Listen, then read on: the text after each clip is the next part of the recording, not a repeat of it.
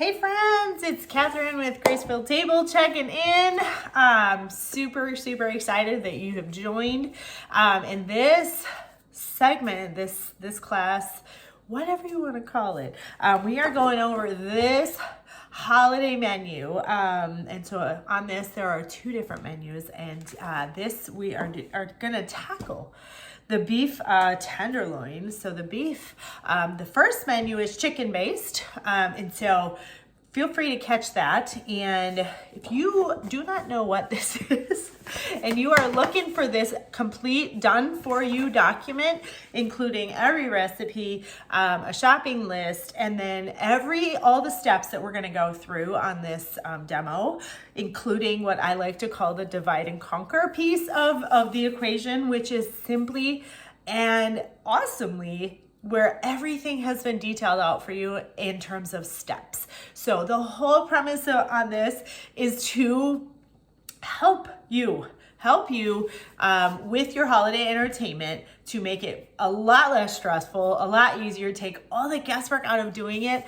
And so the menu has been completely put together for you with the step-by-step to make it easier for you to just enjoy being with the people that you love around the table this holiday season. So just to give you a little idea of how this is going to work, if you do not have the document, head to the description below. There's a little link in there that you can click and sign up to get one of the menus, either the beef or the chicken. And then basically you're gonna download that, you're gonna print that off, and we are gonna go through this together. So with a lot of extra tips and elaboration where due. So the way this is gonna work and the way the entire class has been set up is it's similar to the way that my meal prep classes run. And so what we're gonna do is we're gonna spend some time doing a little bit of prep ahead of time to make day of cooking day way easier for you. And so that is basically how this is gonna run. We're gonna have segment one of what we will call meal prep day, and then we will have cooking day, and then, kind of the next step three, if you will, is just those serving tips and suggestions, taking a look at pictures even of what this finished product will look like. So this might sound intimidating. It is not intended to be intimidating at all. It is intended to help you, to come alongside of you, to make this super easy for you. And so I'm excited to get going with our first segment. Okay, friends, it is time to get going on the meal prep segment one of our menu. We've got 7 total items on this menu, and some of them we are actually going to complete entirely day before. So today is our meal prep day, which is day before cooking. So day before your event, or evening before, something like that. You could even do it, very early the next morning. But the idea here is to put a little bit of time in ahead of time, to alleviate that right before dinner, kind of what I like to call the pumpkin hour. The stress of that time of just so much to be done. We're going to do as much of the steps as we can ahead of time. And then so it'll be pretty fast, when it comes time for cooking. So day before, evening before, or even very early, same day in the morning would work as well. And so on our menu, which is on the first page of your document as well, we are going to go ahead. So on meal prep time, we are going to completely make our cheesy baked mashed potatoes. And then we are going to get our meat already marinating and sitting and becoming amazing. We're also going to make this sangria because even though it does include wine, right? The longer it sits, the longer those flavors all marinate together. And so we're actually going to make that evening before, and we're going to put it in the fridge. And so then when it's time for your event, it's very easy to just serve. And so the first thing we're going to do is get our potatoes going. And so you're gonna need, I'm gonna tip you guys down here, and you're gonna see what I'm doing here is my cutting board and this awesome Santoku knife. I always find it a funny name. It's I get it wrong every time. So I've got most of the potatoes cut already. This menu is gonna serve about 6 people. So I will say if you need less, you could obviously cut this recipe in half and all of the recipes. You also could freeze half of this in a smaller quantity, so you may even get 2 meals out of it. You do not need to cut these super small unless you want your potatoes, you know, very finely mashed. We're gonna do these a little bit more of a chunky mash. So this is what they look like, and it's a mix of red and Yukon Golds. It's delicious that way. And on the stove here, I've got the Dutch oven going. What we're gonna add to that is a little bit of salt. It'll help the potatoes to just finish nicely. Okay, careful when you add that, it certainly does bubble. And then we're just gonna add these. The potatoes are gonna boil for about 15 minutes. Okay, and while that's occurring, we're gonna move on to our next step. So I'm gonna go ahead and put these in the pot, and then we're gonna you can grab your ingredients for your sangria. All right, it is time to make our sangria. So I always like to choose a glass pitcher for this because the fruit is so pretty in sangria. These are not expensive to buy, but I will tell you just a tiny trick is that I like to buy, you can see the edge here, kind of a catch on it, especially for sangria. So I think this was, you know, a Target find for less than $15. So they're not super expensive, but obviously when you're pouring, these cranberries may come out, but the oranges, the orange and the apple chunks and things like that, you know, as much things as you can keep in the pitcher, the better, and the less messy. So I went ahead actually and already put the cranberries in the pitcher. And then what we're gonna do is we're gonna go ahead and we're gonna slice an orange to put in there. And again, you can, so if you wanna, depending on how fancy you wanna garnish your glasses, if you want to do any type of extra garnish, you can certainly cut that ahead of time and use that. So this is going right in the pitcher. And then the apple, we are actually gonna do chunks for the apple. You can see here I've got this same knife that I use for the potatoes. I just cleaned it off and we're ready to go. So you want to keep these a little bit bigger, just again to prevent them coming crashing out when you pour.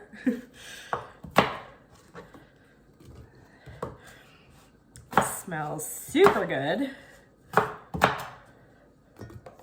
Oops.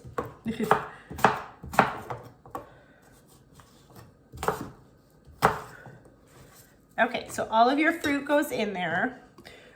Okay, there we go. You're also gonna add 2 cinnamon sticks, or this one, actually it was a very, very long one of mine. So I just broke it in half and I'm gonna put that in there. We're gonna add a little bit of sugar to this, just to keep it sweeter. And then this is brandy that is gonna go in there. Okay, and then we're gonna open our bottle of wine. And so this handy, love this little, it's a stand, but it's also a foil cutter. So you just kind of gently squeeze and takes that foil right off for you. And then we're gonna just push this button.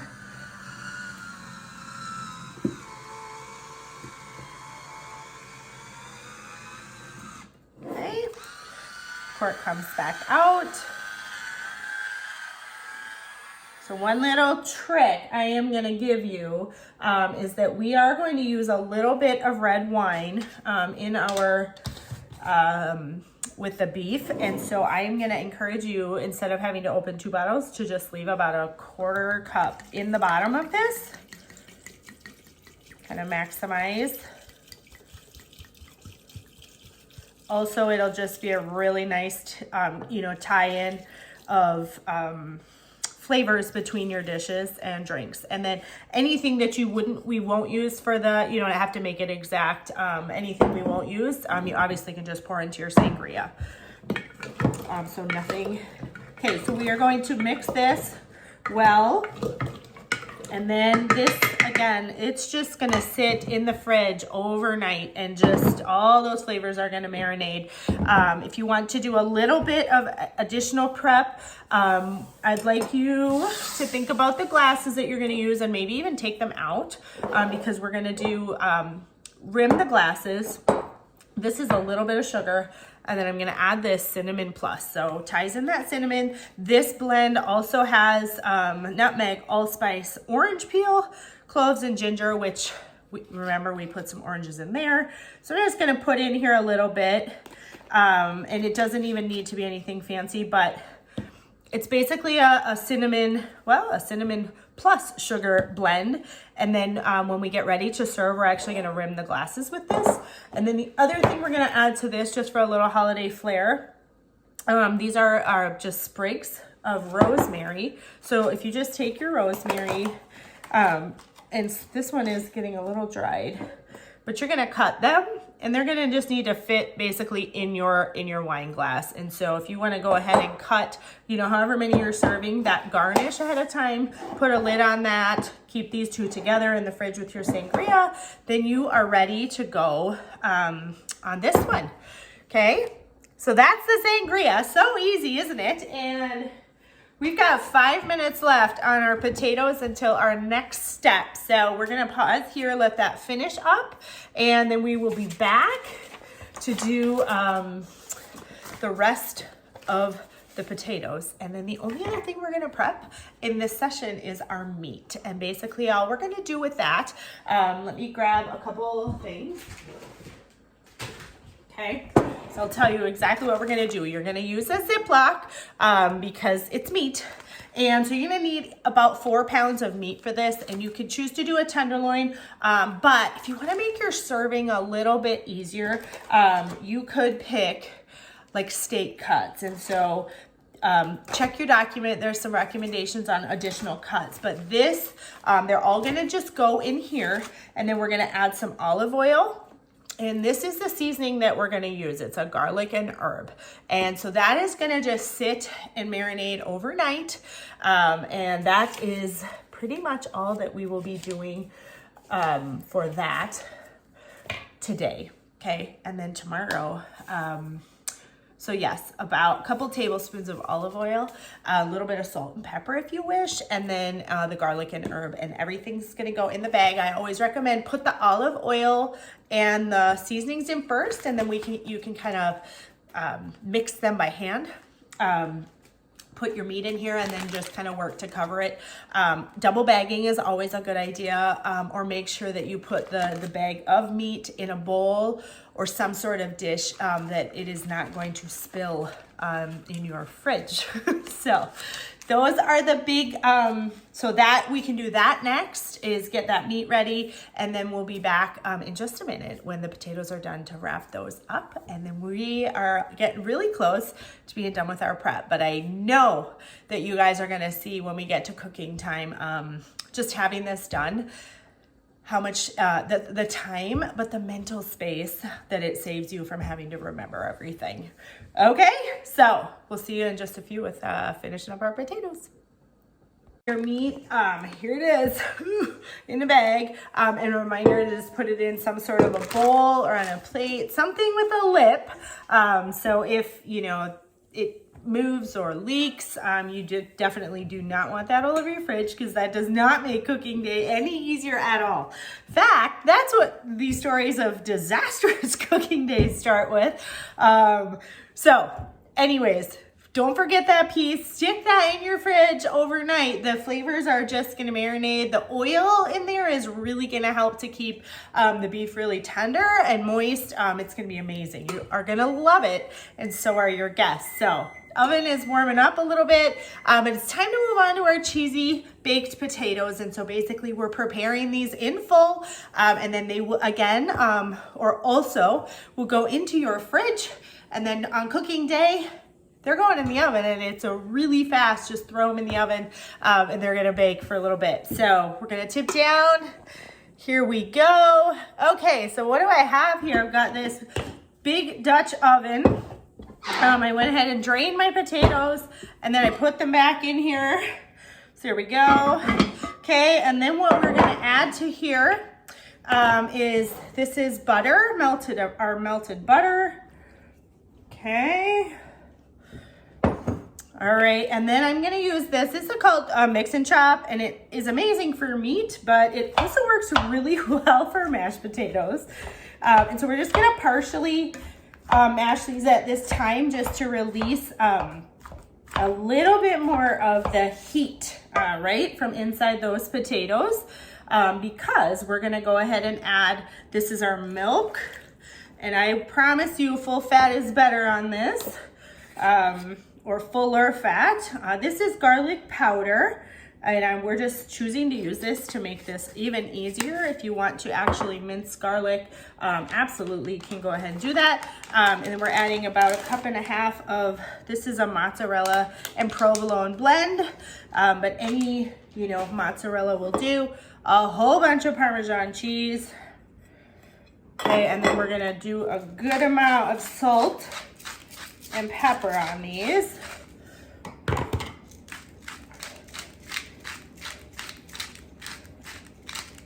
Okay, you can always adjust that later, so start with more. Just gonna mix this, or just push the cheese in a little bit, okay? Then I'm gonna set this down, and I'm gonna put the lid back on for just a minute, and we're gonna let that kind of melt. Everything's gonna melt, so it's gonna make our job easier. So I would highly recommend picking a serving dish that you're good, a baking dish that you can serve in. So this is a stoneware, it's got this, you know, lovely enameled finish on the outside, which I love because it still gives me that cooking performance, but this is a-okay for me to put on my holiday table. So if you're gonna put a dish on the table, make sure you pick one that you like. You're gonna need some foil for the top, and then if you were doing this into two-piece, you know, splitting it, you can always put even the potatoes in a Ziploc bag and freeze them for later, and then put them in your baking dish at that time. So all that really is left now is to that's had a couple minutes just to kind of warm. We're just basically gonna mix all of this together. And then this, as you kind of chop, it's mixing and making those potatoes more mashed. And you can decide, you know, based on your own personal preferences or your guests, how lumpy you would like them. And if you're also looking at this thing, Catherine, why did you leave those skins on the potatoes? Number one, I did it for flavor and for color. But if you do not want the skins on your potatoes, you absolutely, right after you're done boiling them, they will peel right off. Just be careful because they'll be really hot. Look at this, you guys. See all that cheese in there? Or you could peel them ahead of time, but I do know if you slice them, you can even see here, you know, how easily this would have peeled off if I wanted to. It's hot. You know, peel the skins off. They really do just peel right off of those boiled potatoes. So, okay, so this for me is looking good. It's still a little chunky, but we are a-okay with it like that.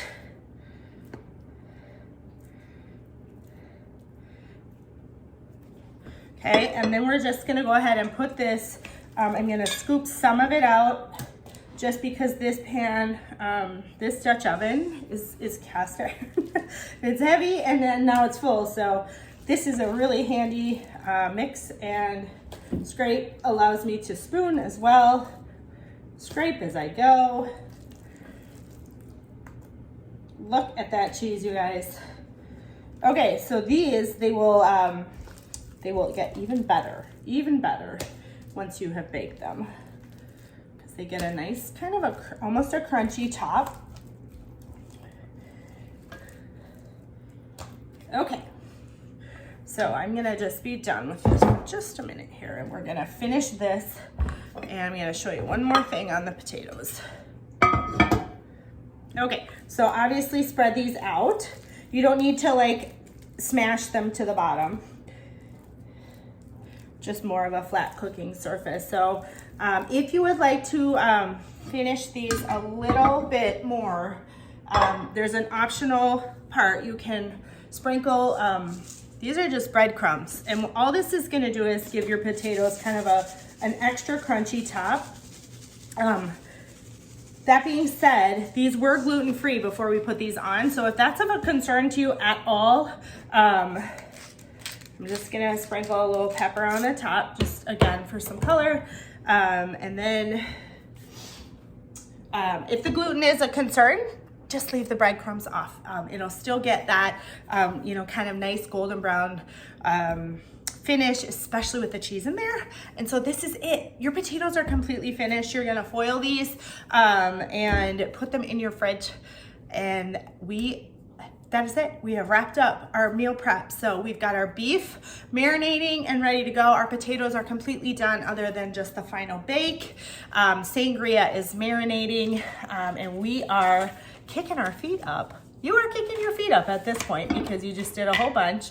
It's gonna make your day so much easier, cooking day, and you're gonna have just so much more fun in your kitchen, not as stressed out. So, and I can say that because I know exactly what that's like. So, okay, cooking day. So we'll be moving on to cooking day next. But this is it. This is it for meal prep. Thank you guys for all your hard work in your kitchen. I know that you and your guests are going to be so blessed by the work that you've put in to make this meal amazing. So, okay, take a break and we'll be back with cooking day.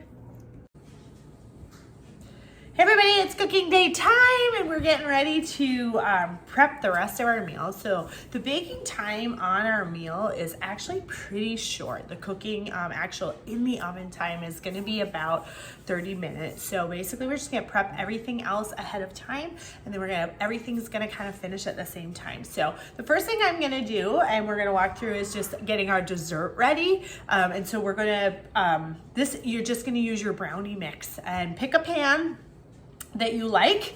I'm choosing to use this. This is like a deeper, large muffin pan because again, for 6 people, you could use a regular muffin pan or the square brownie pan, anything, you know, just to kind of give that individual size appeal versus, you know, a big pan of brownies that you cut. It's just not quite the same. So mix your brownies and pick your pan and you're just gonna bake those. Those can be done the morning of or even the afternoon of. And then in terms of our raspberries, I'm gonna actually choose to use two packages of raspberries. So you can you know, wash and have those ready.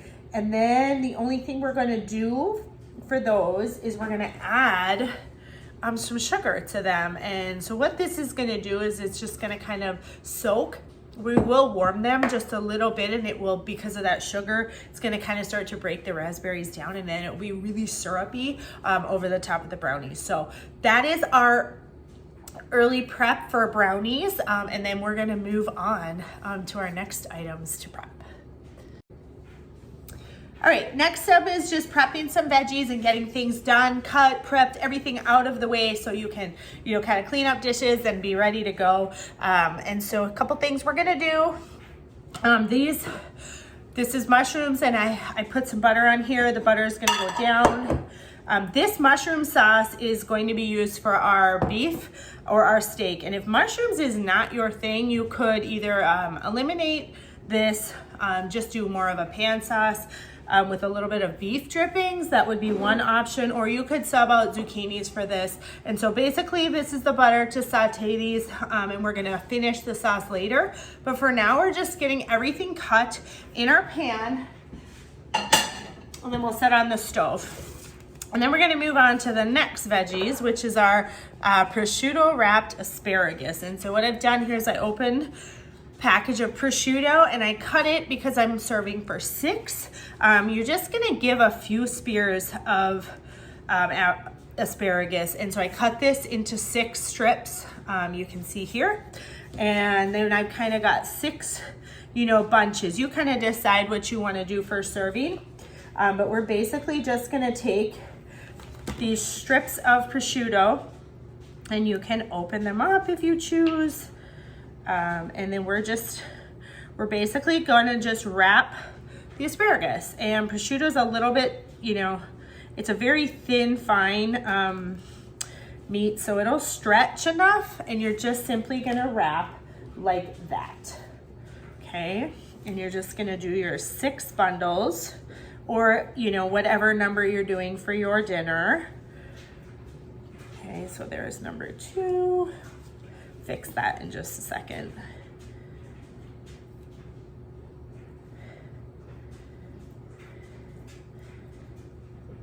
Wrap there, 3.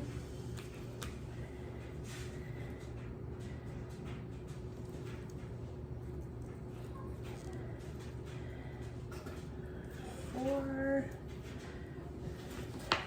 And again, it doesn't have to be perfect. If this whole idea really is intimidating to you, the other option that you could do is just cut your prosciutto into really small like strips. This way and that way, so almost like, you know, like a bacon crumble. And you could also cut your asparagus and you could just roast it all together on this pan in that way. So that's another way.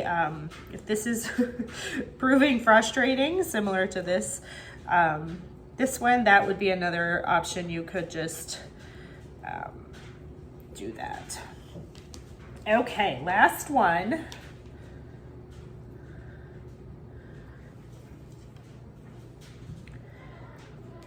Okay, and then obviously as this cooks, similar to bacon, you know, it gets crispy, so it'll hold these together in a lot nicer fashion.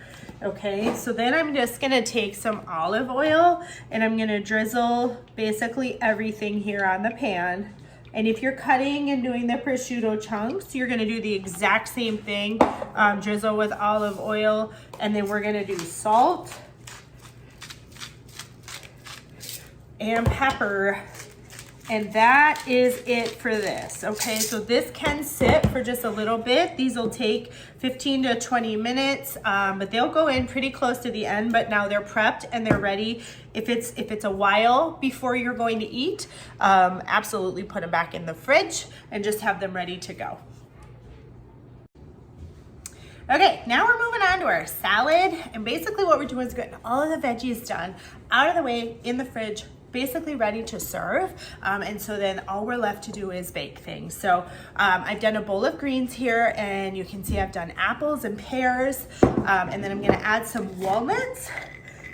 And I purposefully chosen to keep this salad really simple because so much of the dinner has just so many flavors. And then also some dried cranberries, and you can get, you know, as fancy as you want. You could plate this for each of your guests ahead of time. But it's very simple. You could also like toast your walnuts. You could sub in candied pecans. You could add some blue cheese to this. Blue cheese is a great option for pairing with red meat. But the simple thing that we're gonna do is we're gonna choose either just a balsamic glaze. And you can get this at the store, right where you buy the balsamic vinegar. It's just already been reduced to a glaze for you. Or this is a pomegranate balsamic vinegar. If you have any local oil and vinegar store next to you, there's a lot of choices. And so you can go in there. You can even tell them what you're preparing. There's, you know, pear and cranberry. There's a lot of choices. But the nice thing I love about it is it's super clean, very healthy, and it is done for you.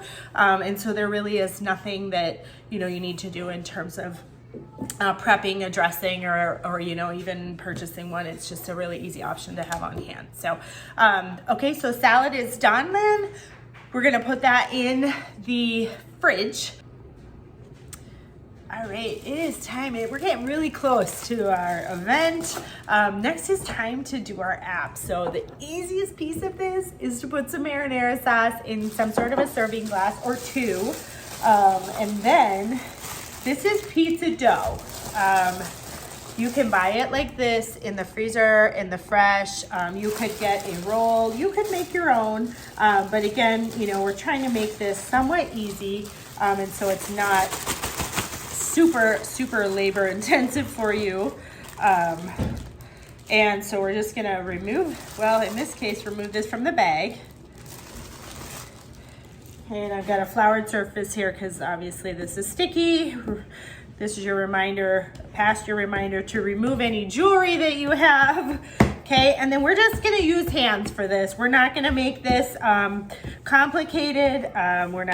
If you want to roll it and make it fancy and fun, go ahead, okay? But essentially we're gonna get this to somewhat of an even consistency, and I'm gonna use something. In this case, it's just this little circular you know, like a biscuit or a cookie cutter. And then these are going right on the pan. So it's a little, you know, stretchy still.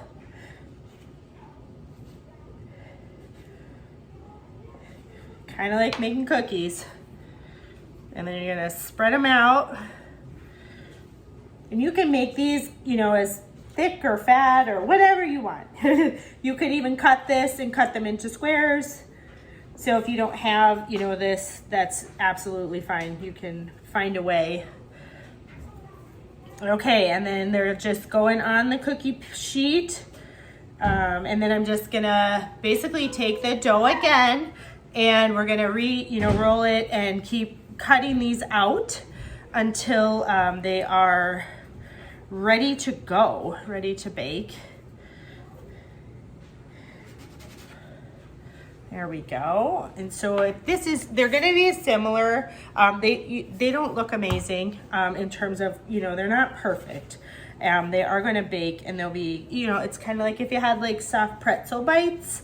It's a little bit different idea. So the reason why we're doing these though is on the top of them, we are gonna make, okay, so I will keep working on that.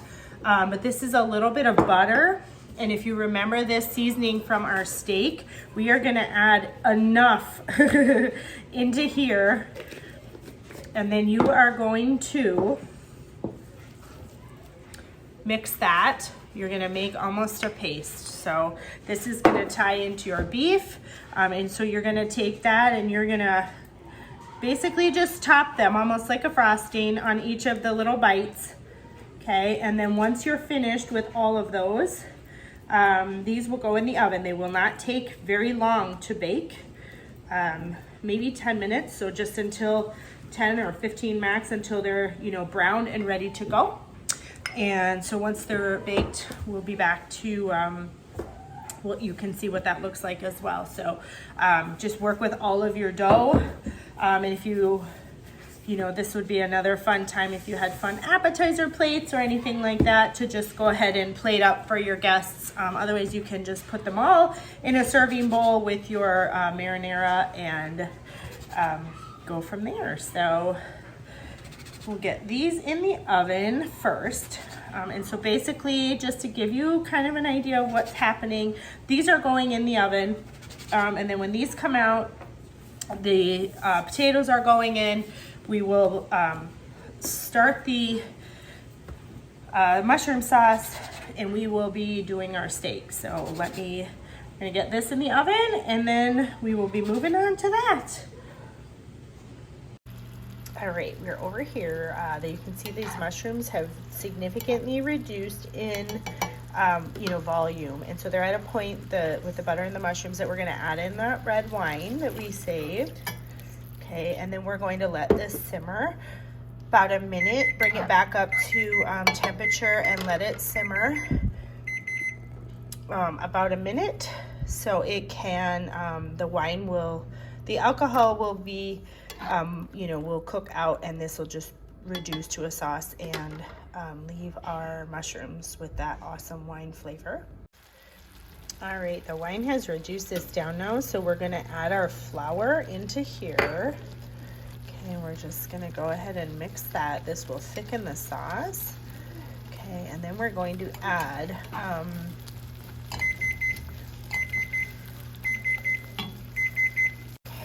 we're gonna add our beef broth to this mix, and this will just simmer. We're gonna add a couple cups of that, and then we're also going to add some more of the garlic and herb seasoning, just to give this flavor, and let it simmer, and it will reduce, but just as it simmers until our steak is finished. All right, everyone, popping over to the stove now. So a couple things you're gonna need to finish your steak. Grab your meat thermometer and determine what doneness you want. This right here, you can see it's smoking. This is a little bit of butter in a frying pan. So you get a couple choices here. We're gonna sear the edges either side of the steak which I'm choosing to do in a pan. You could do it in your oven, but if you're going to do that in your oven, you need to do it really hot. And then I've also got a sheet pan here that is, you know, lined, got some oil on it just to make sure nothing sticks. So I'm gonna take my tongs, and I've got my bowl here, you know, with the steaks that we marinated with the seasoning, okay? And these are just gonna take a couple minutes per side. It's a really quick sear. Basically what the searing does is it just locks the flavor into the meat. And you can see here what that looks like. You're gonna sear each side of your steaks, and then we're gonna set them on the sheet pan, and then they go into your oven. So at this point, because you do need to cook your steaks at a higher temperature, you'll want to make sure your other stuff is finished before you start this. This will be your very, very last thing. And so you're just going to put your steaks on that sheet pan, just continue to do the rest, and then they're going to go into the oven. Your oven time is going to vary based on how done you want your steak. So if you're running, you know, a medium to a medium rare, obviously they're not going to take as long, a little bit longer, no matter, you know, the more done that you'd like them. So I would go ahead and do, you know, if you don't know, I would recommend kind of a medium well. And so this meat thermometer is so handy for me because I don't need to remember. It actually tells me for beef, medium well is 155 degrees Fahrenheit. And so you're just gonna insert the probe into the center of the meat, or this has a attachment that can go into them as well. Once it reaches that temperature, then you take them out and you slice, and we're ready to serve with our mushroom gravy if you choose.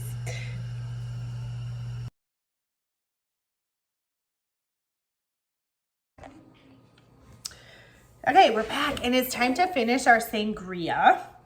So I've got our ginger ale here, and if you choose to, you could choose to do a sparkling apple cider in this as well, but you'll want to add this just right before serving.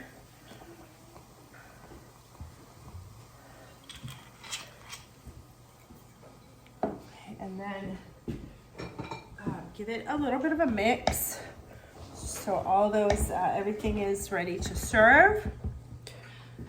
And then on your glasses, we're gonna go, remember we had that cinnamon plus and the sugar.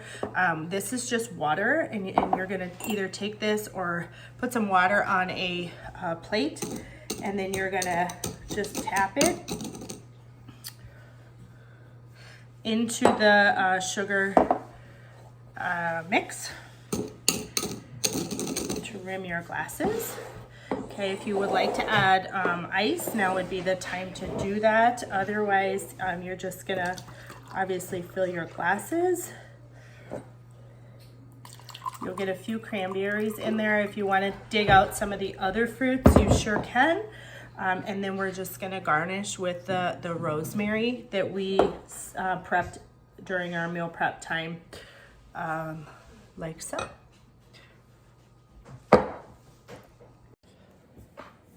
All right, everybody, your meal is completely prepped. It is ready to plate, to serve, to pass dishes around your table. I certainly hope that you have found this to be incredibly helpful to just take the guesswork out of what do I pair together, what do I do, what steps do I take, all of those things, you know, by use of the video or the document that you have received. So just a reminder, kind of coming full circle again, in the description, there is a link to sign up for the other menu. So this was menu number 2, which featured the beef. Menu number 1 is chicken based, and so it's a complete set of different recipes. The only thing you'll see consistently is actually the salad. Everything else is completely different, but equally as good and different. So I wish you all a Merry Christmas, a Happy New Year. I thank you deeply for supporting all that's going on at Gracefield Table, and I hope you continue to follow along and continue to learn new and great things to help make your kitchen